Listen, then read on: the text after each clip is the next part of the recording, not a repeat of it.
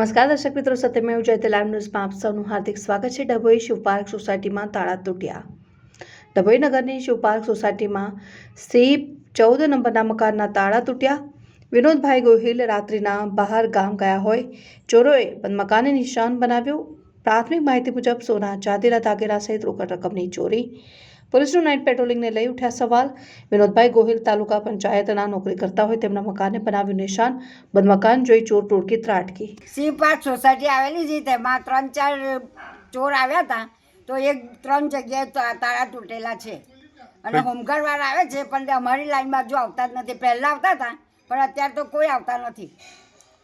તો પોલીસને જાણ કરી તમે? અમે હજુ નથી કર્યું, જો આજે જ બનાવ બન્યો ને એટલે પછી કેવી રીતે જાણ, કારણ ઘર માલિક છે નહીં। આ તો અમે હમણાં જ બહાર ફરતા હતા એટલે હમણાં જોયું કે આ તાળું તૂટ્યું છે એમ। અને અમારી પાછલી સોસાયટીમાં પણ તાળા 2 જગ્યાએ તૂટેલા છે। એટલે 3 મકાન તૂટ્યા? હા, 3 તૂટ્યા છે।